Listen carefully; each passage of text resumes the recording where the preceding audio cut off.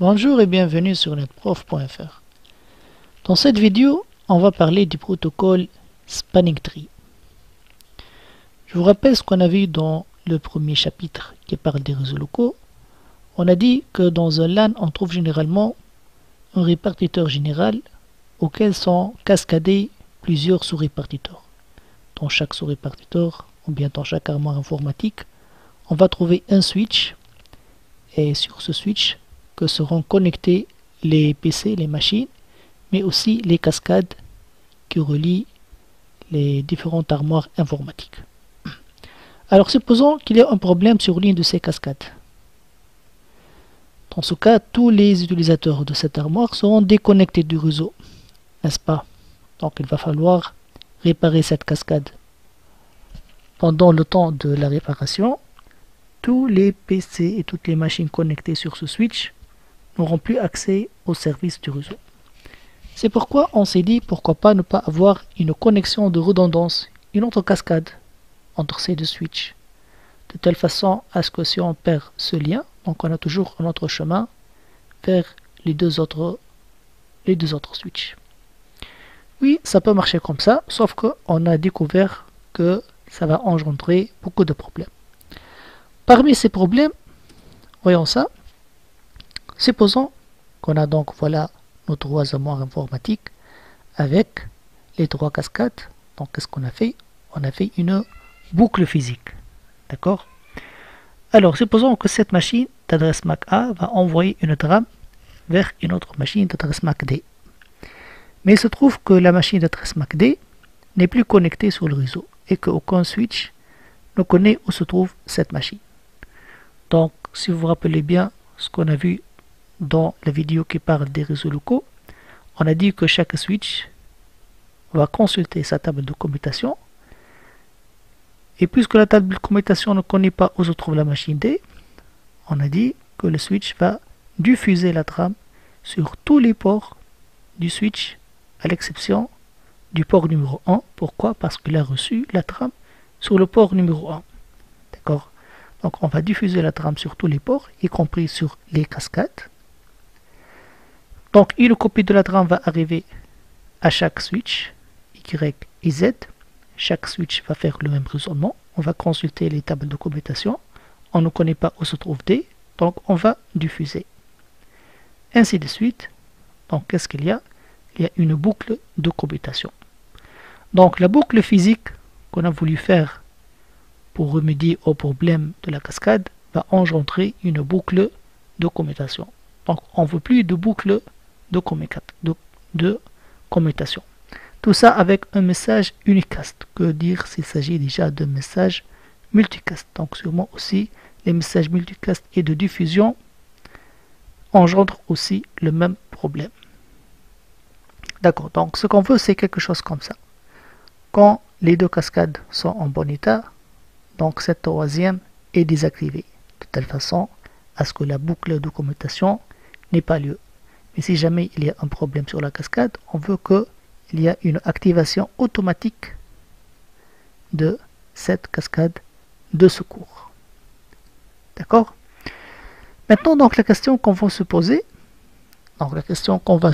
étant donné un réseau local avec plusieurs switches et avec plusieurs cascades en redondance, comment va-t-on trouver les cascades qui seront fonctionnelles et celles qui seront de secours? Pour cela, on a inventé un protocole qui s'appelle le Spanning Tree Protocol. En fait, c'est un algorithme qui va être exécuté par tous les switches pour déterminer les cascades qui seront fonctionnelles et celles qui seront en veille en attendant qu'une cascade fonctionnelle ait un problème. D'accord. Donc le principe du Spanning Tree, donc étant donné ce réseau, par exemple, d'accord, on va essayer de construire un arbre. Pourquoi un arbre? Parce qu'en voyant un arbre, il n'y a pas de boucle entre deux branches, n'est-ce pas? Il n'y a pas de boucle entre les branches. Et c'est exactement ce qu'on veut. On a vu qu'on ne veut pas une boucle physique entre les switches. Donc, pour passer d'une branche à une autre, on passe toujours par le tronc ou bien par la racine. C'est aussi ce qu'on veut pour passer d'un switch à un autre. On passe toujours par la racine, ce qu'on appelle en anglais root, ce que le spanning tree appelle root, d'accord? Donc par exemple, on va décider que ces cascades en pointillés seront bloquées et que celles-ci seront fonctionnelles. Ici, ainsi, on a éliminé les boucles physiques, donc il n'y aura plus de boucles de commutation, n'est-ce pas? D'accord, donc on va construire un arbre. Donc cette architecture, ça ressemble à un arbre. On trouve la racine et puis les branches. Une branche, 2, 3, d'accord? Ok, maintenant, donc la question, déjà comment trouver la racine? Donc ça c'est parmi les questions que se pose résoudre le spanning tree protocole. Et puis, en voyant les états des ports, on trouve des ports qui sont fonctionnels et d'autres ports qui sont bloqués. Donc le spanning tree permet aussi de trouver les ports qui sont fonctionnels, qui sont appelés forwarding, et les autres ports qui sont bloqués, en état de blocking. Donc à peu près, c'est ce qu'il va faire le spanning tree. Il va déterminer le switch route et puis l'état de tous les ports de cascade entre ces switches. Voyons l'algorithme du spanning tree. L'algorithme du spanning tree se fait en 4 étapes. Première étape, c'est bien évidemment, on va déterminer le switch route, la racine. D'accord, comment va-t-on trouver ce switch? Donc déjà, comme remarque, le spanning tree est fonctionnel par défaut normalement dans votre switch. Donc si vous avez un switch qui supporte le spanning tree, donc ce protocole normalement il est activé par défaut. Donc quand vous allez placer votre switch sur votre réseau, il va exécuter automatiquement l'algorithme spanning tree. Alors première étape, déterminer le switch route. Pour ce faire, on va faire des élections. Chaque switch va prétendre que c'est lui le switch route et il va annoncer son identité à tous les autres switches voisins par un message spécial qui s'appelle BPDU. Alors, commençons par le mot voisin. Il va annoncer son identité à tous les switches voisins. En fait, le switch ne connaît pas ses voisins parce que sur un port d'un switch, il se peut que c'est une machine, c'est un PC qui est connecté, ou bien il se peut aussi que c'est un switch qui est connecté sur ce port. Donc qu'est-ce qu'il va faire? Il va envoyer ces messages BPDU sur tous ces ports. En fait, il va envoyer le message BPDU sur tous les ports connectés. S'il s'agit d'une machine classique, votre machine va ignorer le message BPDU, mais s'il s'agit d'un switch, donc ce switch, il va traiter le message BPDU. D'accord? Maintenant, on a dit qu'il va envoyer son identité. C'est quoi déjà l'identité d'un switch? On définit l'identité d'un switch, ou bien le protocole spanning tree définit l'identité d'un switch par deux valeurs. La priorité, ça c'est une valeur qu'on peut changer manuellement. Elle est définie par défaut, mais on peut la modifier. Et puis l'adresse MAC du switch.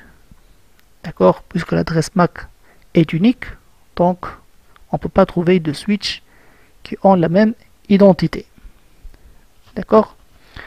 Alors, si un switch X reçoit d'un switch Y un BPDU, donc switch Y voisin, s'il reçoit un BPDU annonçant une identité inférieure, donc elle est meilleure à celle qui possède, alors X va annoncer Y en tant que le switch racine.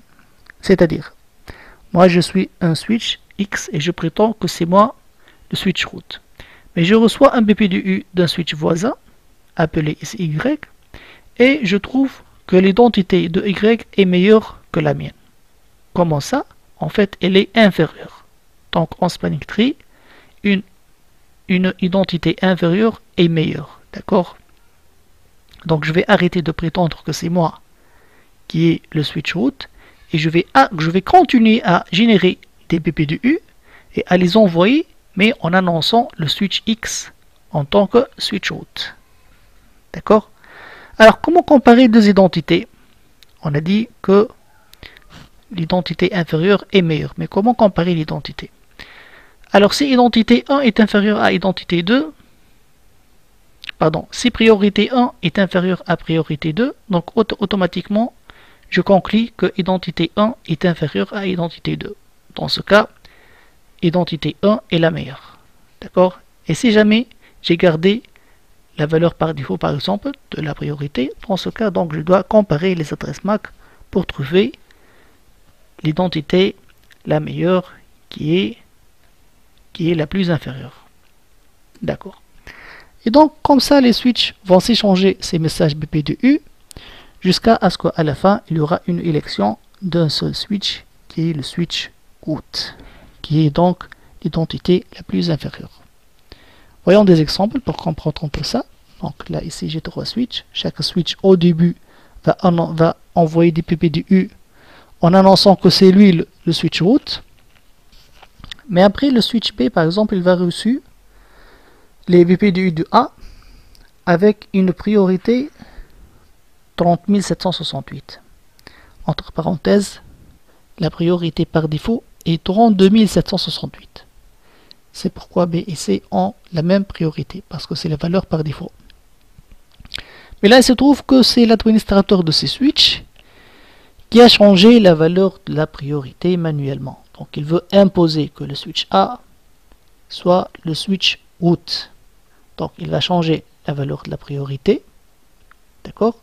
Donc, quand B va recevoir un BPDU annonçant l'identité de A avec une priorité inférieure, donc on décide que c'est le switch A qui devient le switch racine. De même pour le switch C.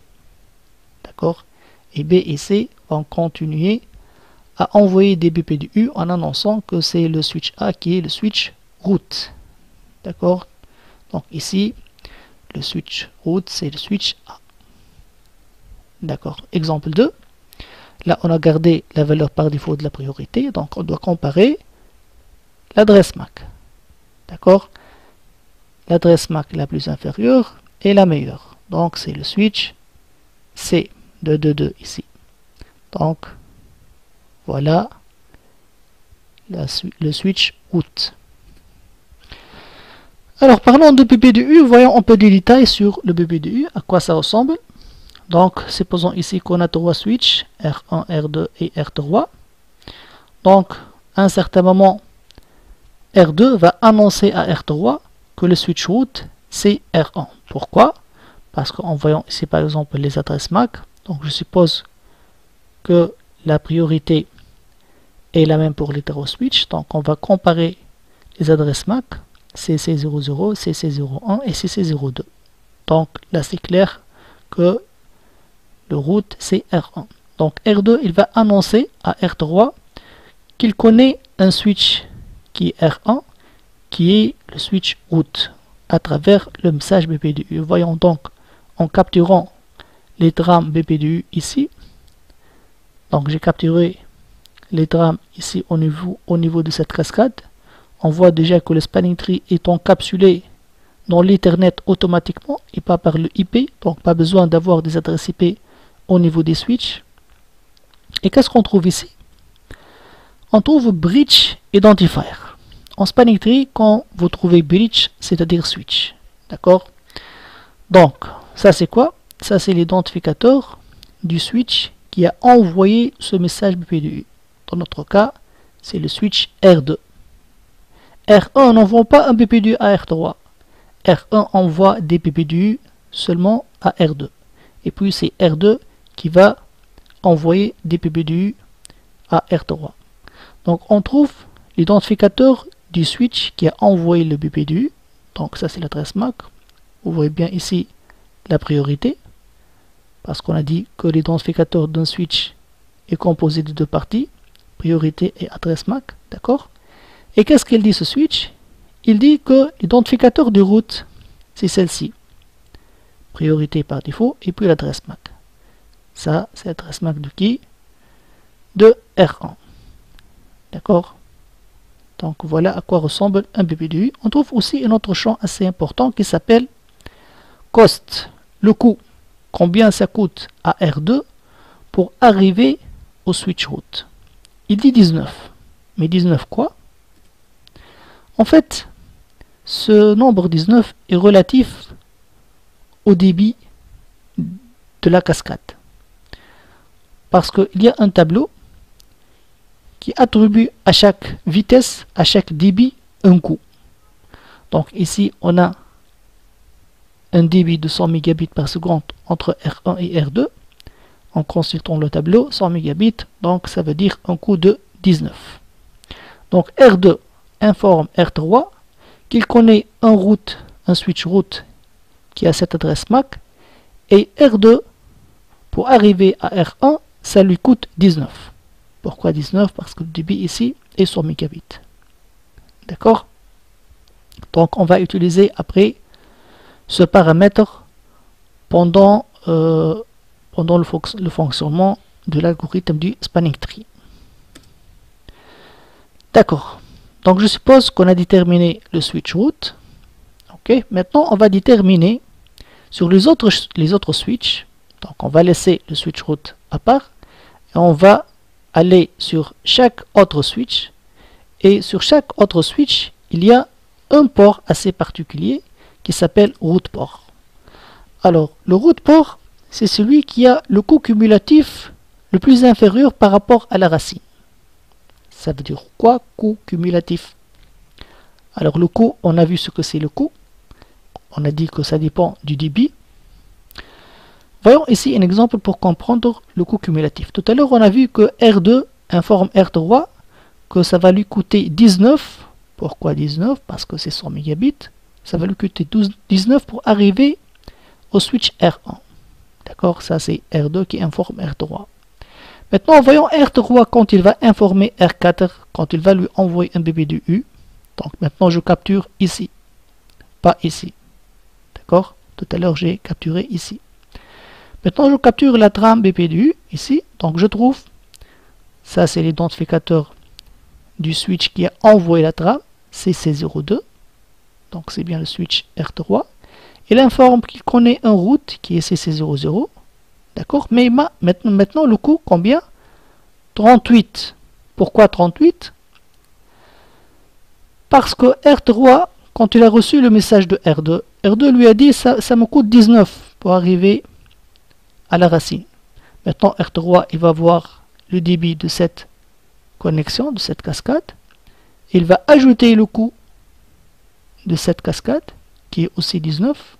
Donc il va déduire que ça va lui coûter 19 plus 19 pour arriver au switch route, c'est-à-dire 38. D'accord? Donc le route port, c'est le port du switch qui a le coût cumulatif le plus inférieur par rapport à la racine. Voyons ça en quelques exemples. Alors déjà, on a déterminé que le switch route, c'est le switch A. Maintenant, sur chacun de ces deux autres switches, on va déterminer le route port. Alors le route port, par exemple pour le switch B, c'est soit 3, soit 4. Pourquoi? Parce qu'on a deux chemins vers la racine. Mais on va voir le coût cumulatif de chaque port. Combien ça me coûte en partant du port 3 pour arriver à la racine.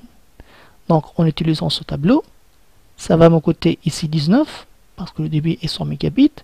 Et pour arriver ici, par ici, à la racine, donc ça va me coûter 19 plus 19, c'est-à-dire 38. On a dit que le chemin le plus important, c'est celui qui a le coût le plus inférieur, n'est-ce pas? Donc, est-ce que c'est le port 3 ou bien le port 4 qui est route port? C'est bien sûr le port 3. D'accord. Faisons le même raisonnement ici. On trouve que c'est le port 4. D'accord? Donc ça c'était la deuxième étape. Première étape, déterminer le switch route. Deuxième étape, trouver sur chaque switch, autre que le switch route, le route port. Voyons notre exemple. Maintenant, toujours pour le switch B, j'ai deux chemins vers la racine, port 3 et port 4. Le port 3, ça va me coûter 19. Pour le port 4, ça va me coûter 1 giga, c'est-à-dire 4. Et puis 1 giga 4. 4 plus 4, ça fait 8. Ah, maintenant, c'est pas le port 3 qui est le plus intéressant. Maintenant, c'est le port 4 qui a le coût le moins faible. Le plus faible, pardon. Dans ce cas, c'est le port 4 qui est route port. Alors, maintenant, si je me place au niveau du switch C, le port 4 a un débit de 1 giga, donc le coût c'est 4. Mais si je passe par le port 3, il me faut 4 plus 19. Donc, c'est évident que c'est le port 4 qui est le route port. D'accord? On continue avec un troisième exemple. Là, je me place au niveau du switch P. Le port 3 du switch P, il me faut un coût de 4. Et là, j'ai un débit de 10 gigas et 10 gigas. 10 gigas, c'est-à-dire 2. 2 plus 2, ça va faire 4. Ah, là, les deux ports ont le même coût. Dans ce cas, qu'est-ce qu'on va faire? Est-ce qu'on va choisir le port R3 ou bien R4? En fait, dans ce cas, on va voir le switch adjacent. On va choisir lequel des deux switches adjacents a l'identité la meilleure. C'est-à-dire, le port 3 reçoit des PPDU du route, n'est-ce pas? Ok. Et le port 4 reçoit des PPDU à partir du switch C. Lequel des deux switches a une identité meilleure? On a dit que l'identité est formée par priorité et adresse MAC. Donc en comparant ici les priorités, donc ici c'est 30 768, c'est inférieur à 32 768, donc automatiquement, lequel des deux switches est meilleur? Bien sûr, c'est le switch A. Ainsi, donc on va choisir le port 3 comme étant route port. Maintenant, on va au switch C. Alors, pour le switch C, pour arriver à la route, j'ai un débit de 10 gigas. Donc, le coût ici, c'est 2. D'accord? Et maintenant, sur le port 3, j'ai un coût de 2 plus 4. 6. Donc là, automatiquement, c'est le port 4 qui est route port. D'accord? On va finir avec le quatrième exemple. Donc, c'est le switch A qui est le switch route. Maintenant, au niveau du switch B, j'ai deux chemins vers la racine. Premier chemin sur le port 3, qui a un coût de 19. Et un deuxième chemin à partir du port 2, qui a aussi le même coût. On a dit, d'après l'exemple précédent, que normalement, on devrait voir les identités des switches. Mais là, il s'agit de même switch qui envoie les PPDU. Donc, qu'est-ce qu'on va faire? Maintenant, le nouveau critère qu'on va utiliser, c'est l'identificateur du port. Mais de quel port? En fait, c'est pas le port local, mais plutôt, c'est le port à partir duquel le BPDU a été envoyé. Donc, c'est le port distant, ici du switch A, à partir duquel le BPDU a été envoyé. Comment B connaît l'identité de ce port? Ça se trouve au niveau du message BPDU. Donc, au niveau du message BPDU, donc ça c'est par exemple un message BPDU. Donc, on trouve port identifier. C'est quoi port identifier? En quelque sorte, donc ça identifie le port distant. Bien sûr, le port inférieur, qui a l'identité inférieure, est toujours meilleur. Donc ici, j'ai port 3 et port 4. Donc, je vais choisir le port 3. Donc, c'est ce port 3 qui est route port. Regardez ici. Si c'était le port local inférieur, Donc j'aurais dû choisir 2. Mais là je choisis 3. Pourquoi? Parce que 3 est inférieur à 4. D'accord? Alors règle numéro 1, tous les routes ports sont en mode forwarding. Ils sont fonctionnels. Ils ne seront pas bloqués. D'accord? Ils ont le meilleur chemin vers la racine. D'accord, donc on va appliquer ça. Ici, j'ai le port 3 du switch B et le port 4 du switch C qui sont route port. Donc, je vais déclarer qu'ils sont en mode forwarding. Arrivons à la troisième étape. Maintenant, sur chaque segment, sur chaque cascade, on va déterminer ce qu'on appelle les designated ports. C'est quoi ce designated port? Avant de voir le designated port, je veux parler de la notion de segment. En fait, quand je dis segment, je veux parler de ces cascades. Là, j'ai 3 segments, j'ai 3 cascades. D'accord? Mais, en fait, il se peut que j'ai une architecture comme ça. Dans ce cas, combien j'ai de segments? Vous pensez 5? Non. En fait, on a toujours 3 segments. Pourquoi? Parce qu'un segment, ça correspond plutôt à un domaine de collision. D'accord? Donc, combien j'ai de collision? Là, il s'agit d'un hub. D'accord? Donc, j'ai un seul domaine de collision ici. Deuxième domaine de collision. Et troisième domaine de collision. D'accord? Donc, sur chaque domaine de collision, je vais déterminer un seul port qui est le designated port. D'accord? Donc c'était juste une remarque. Alors c'est quoi ce designated port? Pour trouver le designated port, donc sur chaque segment il y a un seul designated port, c'est celui qui offre le moindre coût vers la racine. Donc toujours même principe, mais maintenant je vais me placer au niveau du segment. Donc je me place au niveau du premier segment. Sur ce segment, il y a 2 switches. Lequel de ces switches possède un coût meilleur pour arriver à la racine? Bien sûr, c'est le switch route qui a le coût le plus faible, puisque ce port roi, il a un coût 0 pour arriver à la racine, puisqu'il est déjà sur la racine, n'est-ce pas? Alors que ce port roi de ce switch, il a un coût de 19, parce que son mégabit, ça correspond à 19. Donc le designated port sur ce segment, c'est le port roi de la racine. Je vais aller à l'autre segment. Maintenant, est-ce que c'est le port 4 ou bien le port roi qui a le coût le plus intéressant? Voyons. Pour ce port 4, donc il me faut un coût de 19 pour arriver à la racine. De même ici, un coût de 19. Dans ce cas, la règle dit que je dois comparer les identités des deux switches. D'accord. 32 768, 32 768. Donc je dois comparer les adresses MAC. Bien sûr, 22 est inférieur à 33. Donc c'est le port 3 qui est le designated port sur ce segment.